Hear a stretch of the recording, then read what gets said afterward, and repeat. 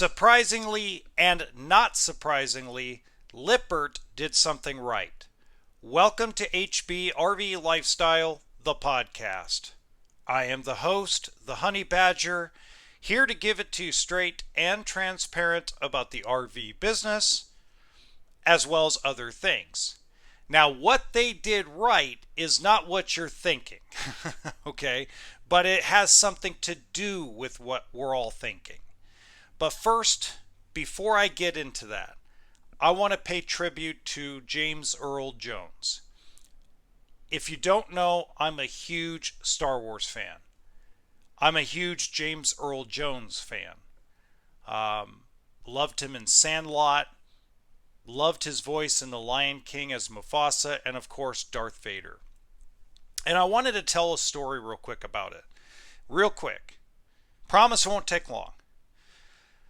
My daughters, when they first came to this country, did not speak very good English. They born in Mexico, raised for the first couple years in Mexico, so they mostly spoke Spanish.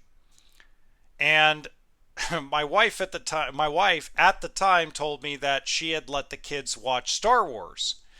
So when I took them to Disneyland for the very first time, and by the way, they watched Star Wars in English, okay, with Spanish subtitles. So they did understand some English. Anyway, long story short, this is before Star Wars Land. This is when you walked into Tomorrowland, and Tomorrowland had all the Star Wars stuff, right? We go into the theater in Anaheim, California, that used to be Honey, I Shrunk the Audience, and it's now, at the time, right before The Force Awakens got released, was this big, like, ensemble mixed video of the 6 movies prior. You know, the first 3 that I grew up with, which is A New Hope, Empire Strikes Back, Return of the Jedi, and then, of course, the first 3, The Phantom Menace, Attack of the Clones, and Revenge of the Sith. So my daughters are sitting there, right? And remember, they understand English, but they don't speak a lot of it.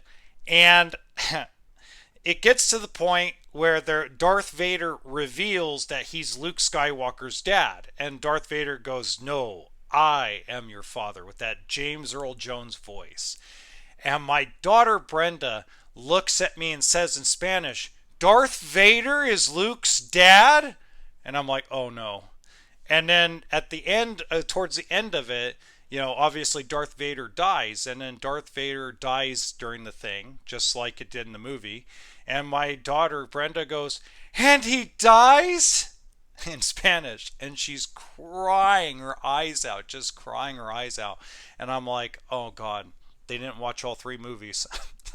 And I felt, you know, that moment where you feel like you're just the worst parent on God's green earth. Yeah, that was me in that moment. But it was kind of like Star Wars has always been with me, and we've lost so many of the great actors from the original 3 movies. We lost Carrie Fisher, we lost the guy who played Chewbacca, we've lost both Darth Vaders, the voice now, and the guy who actually was in the suit. So, it's just a reminder of how old we all are getting and how our time on this earth is so short. And I want to tie that into this. So, it's a reminder that we have one life to live. It's the only life we get to live. And to wait on things, because last night's presidential debate was terrible. Both candidates were horrible. Neither one of them did a spectacular job. Neither one of them. And you can argue with me all you want. You're never going to change my mind. Okay, neither candidate is like a prime candidate for this. So if we're all waiting for fairy dust to live our lives, if we're all waiting for the right thing to happen to live our lives, then it's going to pass us by like a snap. I mean, it literally, with James Earl Jones passing, literally, like the last 30 years of my life has gone by in a flash, and I didn't even realize it. I didn't even realize he was 93 years old. I mean, it was crazy. And what I'm referring to is people are always waiting to follow their RV dream until something magical happens. Oh, I got to wait for this. Oh, I got to wait for that. Nobody's given themselves permission to live. It's the same thing about buying a boat. It's the same thing about going on a certain vacation. It's about all these certain things that come into play, even as simple as experiencing a roller coaster for the first time. And many of us wait too long to live out our lives. Most of us wait until, oh, we're going to wait till I retire before I do any of this stuff, instead of making time to do it. You know, and it doesn't have to be necessarily, an RV. I mean, I'm in the RV industry, so it's really easy for me to tell you, oh, just go get a camper. But there's other things that could be involved. It could be doing a cross country trip in a electric vehicle. It could be, skydiving out of an airplane. It could be going up in a hot air balloon in the middle of fall of New Mexico. It could be climbing Mount Everest. I mean, there's so many things that all of us dream about. There's all these things that we talk about doing, but we don't do because we let outside factors hold us back. Now, sometimes, obviously, money is always a factor, but just think about this for a second. Bear with me on this. How many shoes do you have in your closet that you don't wear, that you wore once, maybe twice, and it cost you $60 or $70 for that pair of shoes? How many articles of clothing are hanging in your closet that fit you, but you don't wear them anymore? You go out and buy something new. Just think about those things. How many materialistic things do we buy to keep up with the Joneses that prevent us from doing that trip to Japan, doing that cross-country RV tour? How many of us put ourselves into deep credit card debt to get the new iPhone, or get the new fangled earbuds, or the new Nike Air Jordans? How many of us spend money we don't have for stuff that we really don't need? Stuff that we don't hardly use. You could buy a travel trailer or a boat or a dirt bike, and you'll use that thing between 4 and 7 times a year. You'll get more use out of something you're going to travel in or use than you ever will in a suit or a dress that you wear once a year at the most. So just think about that. And that's a great segue, by the way, into Lippert. Okay, so, and I want to thank Don Simpson for posting this. He posted it on LinkedIn, actually. I didn't know that they were developing a new coil suspension for Lippert frames. It's not something that RV manufacturers are going to order, okay? But it's not it's part of Lippert itself. It's not a subsidiary. If you want, what I'll probably do is I'll see if I can download the video that Lippert released on it and put it in the description box below. Now, is it the solution of solutions? Probably not. Is it the right solution for the folks that are going through the things that they're going through allegedly with Grand Design RV? No. But then again, that's a battle that's between Lippert and Grand Design and the customers that own the fifth wheels. That has nothing to do with Forest River, Jayco, Keystone, Lux, any of these companies, it doesn't affect them. Not as severely as it does with Grand Design, allegedly. Now, that all being said, that's better than doing absolutely nothing. Here's what's interesting. I had a conversation with a friend of mine last night, and we were talking about Dexter and Lippert having a battle a few years ago about weight and engineering and stuff like that. Whose fault is it who for this particular part, that particular part, or this failure or that failure? And in the end, Dexter decided to come up with a solution but never admitted there was a problem. Lippert never admitted there was a problem. So this is a very similar thing. It's like Lippert looked at, and this, I can only imagine this. This is my imagination now. I can only imagine Jason Lippert and his team sitting in a room going, how do we help prevent this? What can we offer? Watch this. What can we offer people as a solution and make money on it at the same time? And there's nothing wrong with that. A lot of you will find a problem with that. I don't find a problem with that. I don't. Okay? Companies have to make money. People have to make money. It's a way of life. It's a fact of life.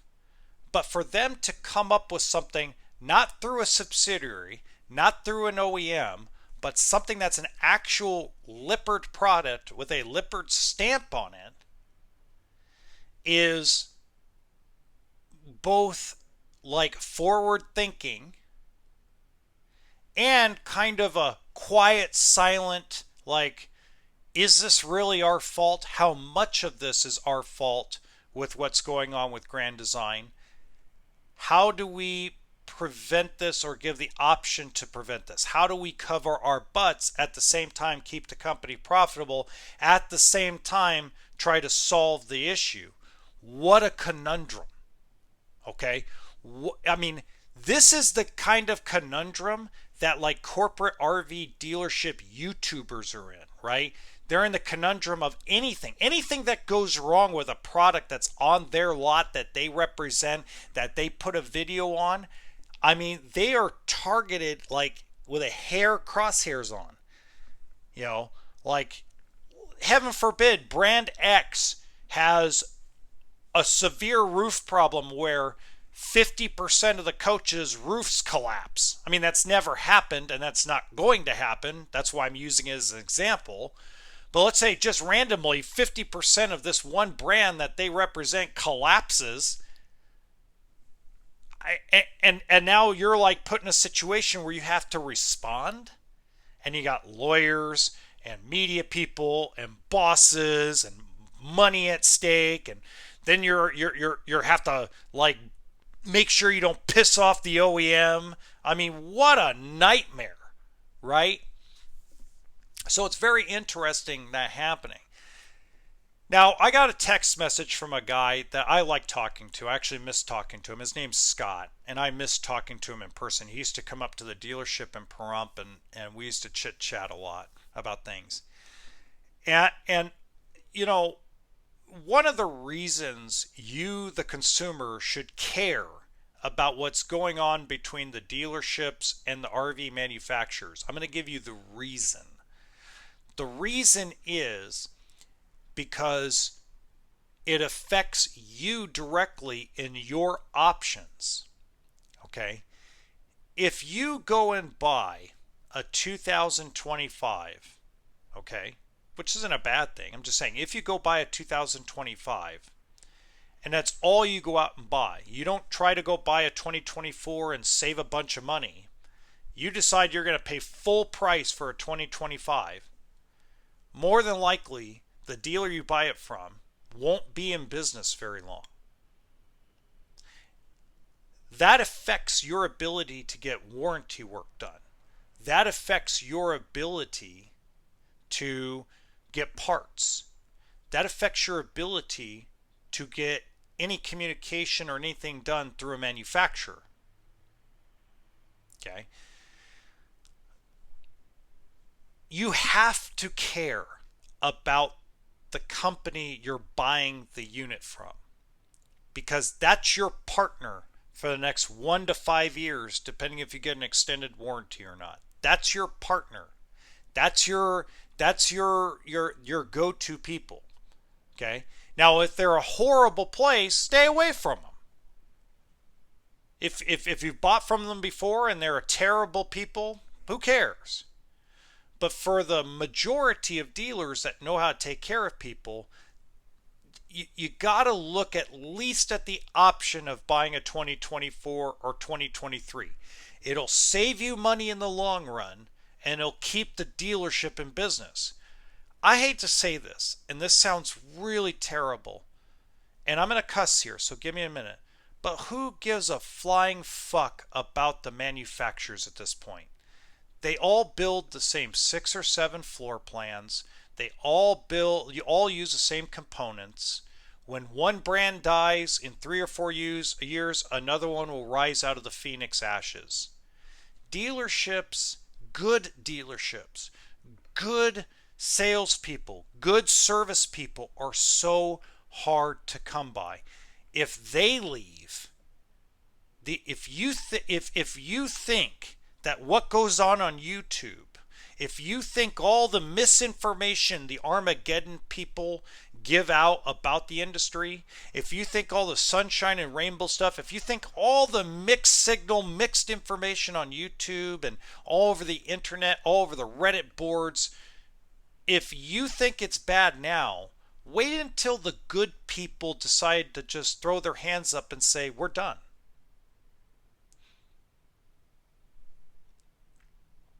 I'm sorry. There's some strong brands out there that are never gonna go out of business. Rockwood Flagstaff, never gonna go out of business, okay? More than likely, Winnebago Motorhomes will never go out of business. Okay? Strong companies like that are gonna get through this economic mess, and whether you buy a 2025 or a 2024 is only going to help them. In fact, what is interesting, and what the manufacturers don't understand, is if they focused in on selling the 2024s to the consumer base, to the community, they would actually benefit from it. Because then they would get more orders. And they'd build more product, which would make them more profitable. It's like a symbiotic relationship, like, wake up, people! Wake up! If you go sell stuff, you'll get more orders. When stuff doesn't sell, you don't get more orders. When business stops because you're not focused in on the right things. And by the way, for those of you that think, oh, well, if they have less to build, they'll build better quality. That's not how it works.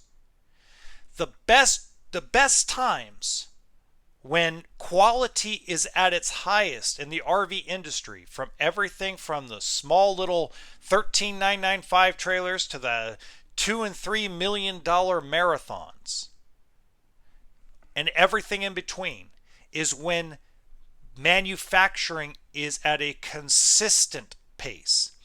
Not rapid building as fast as you can, and not what's going on now.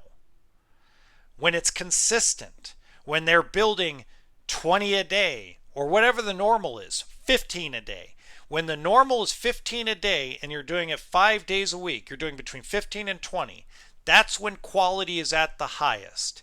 When you're doing 3 one day, 2 the next day, 5 the next day, quality gets all screwed up and out of whack.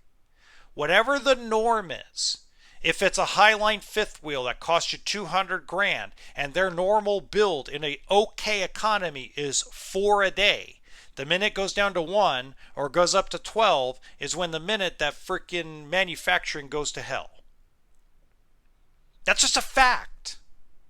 So the RV industry, just like the auto industry, just like the boat industry, depends on consistency for quality.